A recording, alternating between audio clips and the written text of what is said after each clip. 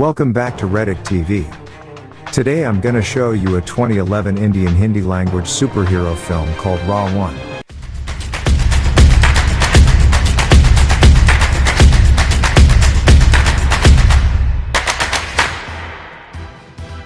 The movie begins with Jenny Nair presenting the new invention of Baron Industries, a UK-based technological company, beyond three-dimensional technology. The new design allows things to enter the real world using circulating rays. The next scene transforms into the world of games, where Lucifer is the hero, and Badman is the villain. He rides a motorbike on his way to Badman's place to save a girl. When he arrives, he sees that Badman hangs the girl by tying her both hands. Lucifer fights with him using his sword, and Badman kills him using his flying saucer with sharp blades. Lucifer successfully avoids it, but the flying saucer blades cut the rope that hangs the girl. Before she lands on the ground, Lucifer successfully catches him. On the other hand, Badman says "get up" to Lucifer, but his voice turns into a female voice. Badman repeatedly says the word with the same female voice until all of them fade, and it turns out that the voice comes from the teacher of Reddyck, telling him to get up from sleeping. After waking up from his dream, the teacher asks Reddyck's essay about his father as a hero. Reddyck looks at his teacher with disbelief and says, "A hero?" The next clip shows Shekhar, Reddyck's father, who drives carelessly on his way to Baron Industries, where he works as a game developer. As soon as all game developers are complete, their boss Baron arrives and announces that their company gets a game contract to be released in India. Baron reminds them about the failure of the last game that they developed. So, he pressures them to do better. If not, he will make them as waiters of his incoming restaurant. When Shekhar arrives home, he talks about the new game to his wife, Sonia, and Reddyck. Shekhar says it has a new hero, but Reddyck tells him that heroes are boring. He convinces his father to make a game where villains are stronger than heroes and never lose because, unlike heroes, villains have no rules, and they always win. Shekhar tells his son that hero and truth always prevail. Yet despite his opposed belief, Shekhar decides to consider his son's request about the villains. The day after they talk, Shekhar drives his son and friends to their school. After they arrive, Shekhar tells his son that he will grant Reddyck's request. Before he leaves, Shekhar reminds Reddyck that, if you join the forces of evil, its shadows shall always follow you. In their company, Shekhar announces that they will make the most dangerous villain. All developers are surprised, but Shekhar convinces them that it will be great. In the making, Shekhar asks for how long they will call the villain, Random Access version 1. He suggests that they should give him his name. Jenny suggests that it is a great name, Random Access version 1, in short Ravan or Ra 1. Shekhar and others are amazed by her suggestion. So, they also think of the hero's name. Akashi, a Chinese developer, suggests the hero's name as Good 1, in which they all approve and turn it into G1. After they agree, Shekhar lists their names, Ra 1 equals danger, and G1 equals life. Next, they start to make Ra 1 and G1's costumes, moves, and faces. Jenny is responsible for the programming. Akashi provides the moves of each character by wearing a bodysuit with detectors, and Shekhar approves Jenny to make his face look like G1, while Ra 1 looks like a black pixelated robot. While facing the large screen in the programming room where Ra 1 is projected, Shekhar notices the smile that Ra 1 makes. He tells Jenny that the villain has a good smile. Jenny looks confused, and she tells Shekhar that she does not program Ra 1 to smile. In the next part, Shekhar carries a fist-sized tube inside a small glass container and introduces it as the main part of the game. He says that the tube inside the container is the HART, which stands for Hertz Amplifying Resonance Transmitter. Shekhar explains to his co-developers that once the heart is inserted into the hole of Ra 1 and G1's chests, it will give them strength. He explains that the game will have 3 levels. After winning every level, the heart's power will increase, and its color will become brighter. Blue heart for G1 and red heart for Ra 1. Both the villain and the hero will not die even if the heart is removed from their chests, and their bodies will repair themselves after several damages. Shekhar says that they will only die on level 3. On this level, each of them will get an anti-heart firing weapon containing one load.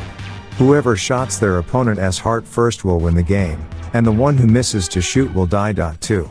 Further test Ra 1's moves, Akashi wears a glove detector and tries several hand gestures for the villain.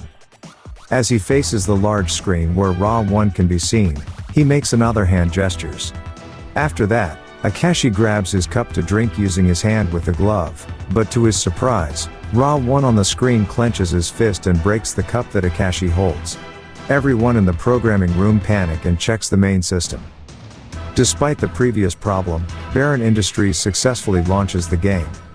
At their stadium, Shakar and his co-developers invite their families to launch. On the big screen, the story tells about the 10 villains who create an undefeatable villain who controls mind. He is equivalent to 10 villains in one, Ra 1.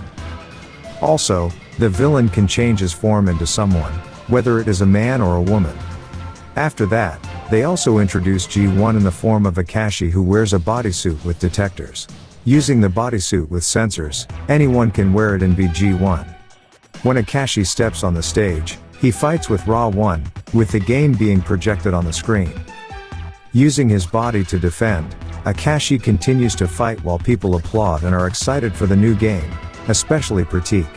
At the end of the fight, Ra 1 smashes G1 on his chest, but Akashi feels the impact too. Everyone is cheering because of the good fight, except for Akashi, who is puzzled and still aching from the pain he feels in his chest. The launching ends when the company shows the human-sized figures of Ra 1 and G1. They all celebrated by throwing a party full of drinks and food. To his excitement, Pratik immediately requests Akashi to play the game under his favorite codename, Lucifer. When Pratik is about to reach the third level, Akashi interrupts him and tells Pratik that he should come to celebrate. In the middle of Pratik and Akashi's argument, Ra 1 speaks from the big screen and tells Pratik to finish the fight, in which the two people fail to notice. Despite his perseverance to finish the game, Pratik gives in, takes off the bodysuit, and goes to his family. At the same time, Akashi remains to stop the game. This pisses Ra 1 and promises to finish the game by coming into the real world and kill Lucifer. When the mainframe fails to stop, Akashi goes outside and calls the tipsy Shakar. On their way to the programming room, Shakar stops in front of Ra 1's human-sized figure with the red heart beside inside the glass container.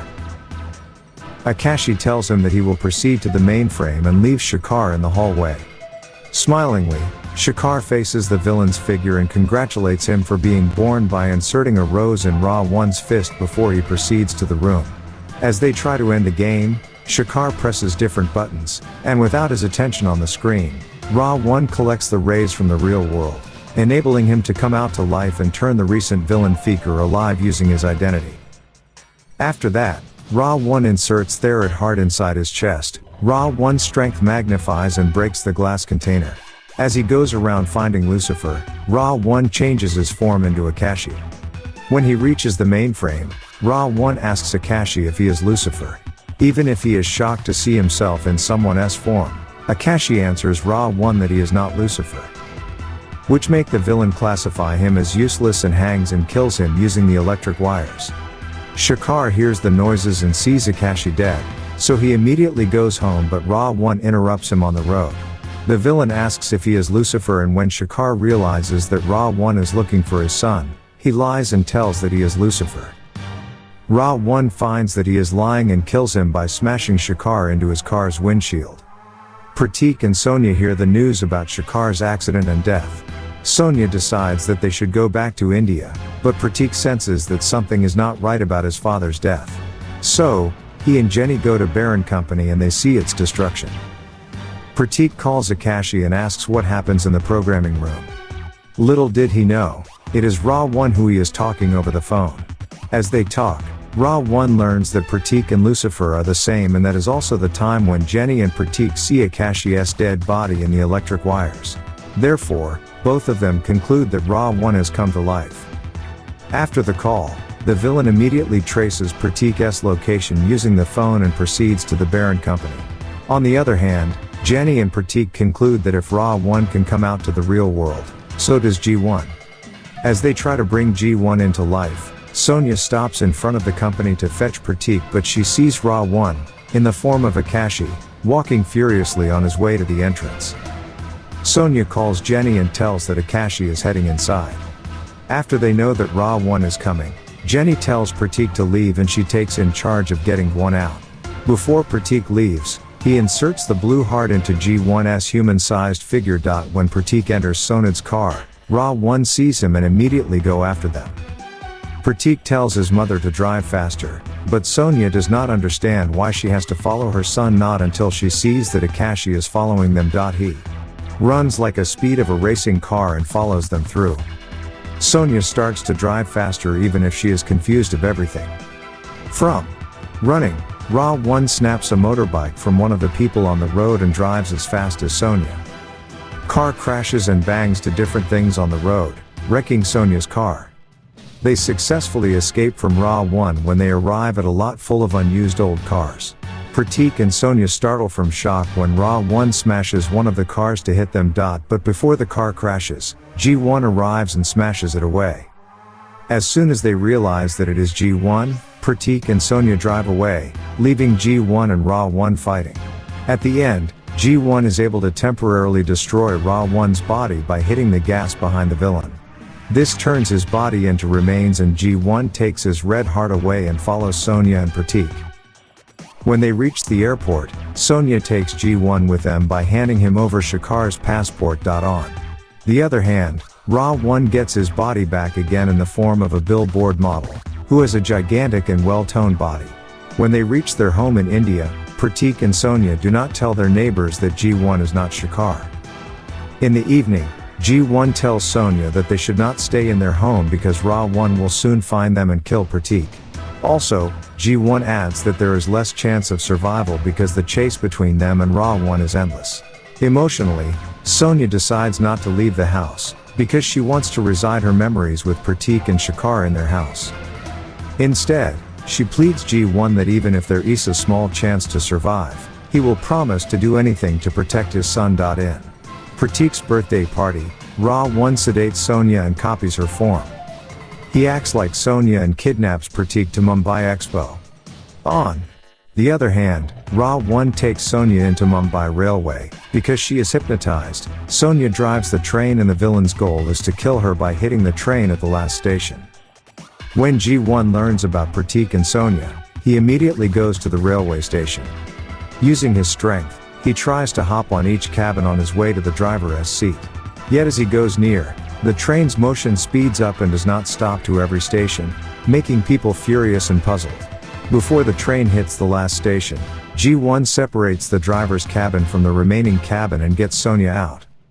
After he saves Sonya, G1 immediately makes his way to Mumbai Expo, where Ra 1 and the poor Pratik can be found. The child is trapped in the PlayStation room, with duct tape on his mouth and ropes are tied on his hands and feet. Pratik desperately tries to untie the rope, and when he successfully do, he proceeds to the computer to control the game, and it is also the time when G1 arrives at the place. Before their fight begins, G1 gives Ra 1 his red heart, making him gain the strength again. As soon as they are ready, they both fight by hitting each other with their cannonball powers. When Ra 1 hits G1 with a statue, Pratik takes over and controls G1's move by wearing the bodysuit. Both players reach the third level of the game, where they both have a firing weapon that contains only one load. Pratik and G1 tricks Ra 1 by taking the hero's blue heart. When the villain fires his one load on Tog 1's chest, the hero falls to the ground, and Pratik inserts the heart onto it. When Ra 1 finds about this, he gets pissed by his wasted firing load and multiplies himself into 10 to confuse the two in determining the real Ra 1. Pratik and G1 are both frustrated and confused. Both do not know how to differentiate the real Ra 1 from fake Ra 1. In the middle of frustration, Pratik asks G1 to quote one of his father's sayings. So, G1 says, "If you join the forces of evil, its shadows shall always follow you."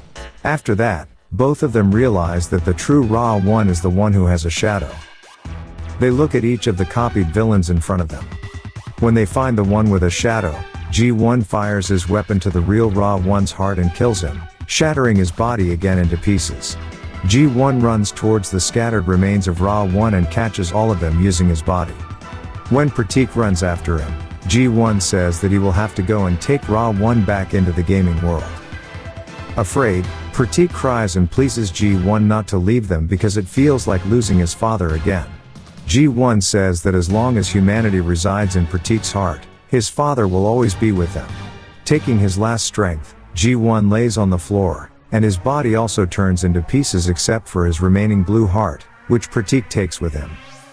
Long after the battle, Pratik and Sonia go back to London. The boy spends all his day on the computer to revive G1's heart. The movie ends when Pratik successfully restores G1's heart, making his life come into the world again.